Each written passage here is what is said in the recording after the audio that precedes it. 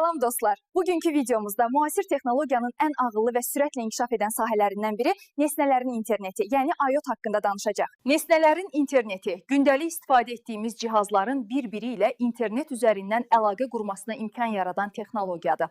Məsələn, ağıllı saatınız sağlamlıq məlumatlarını telefonunuza göndərə, soyuducunuz ərzaqların bitdiyini bildirə, evinizdəki işıqlar isə səs əmri ilə idarə oluna bilər. Bu sistemlər həyatımızı daha rahat, təhlükəsiz və enerjiyə qənaətli edir. IoT texnologiyası artıq kənd təsərrüfatı, sənaye, nəqliyyat və səhinyə kimi bir çox sahədə geniş tətbiq olunur.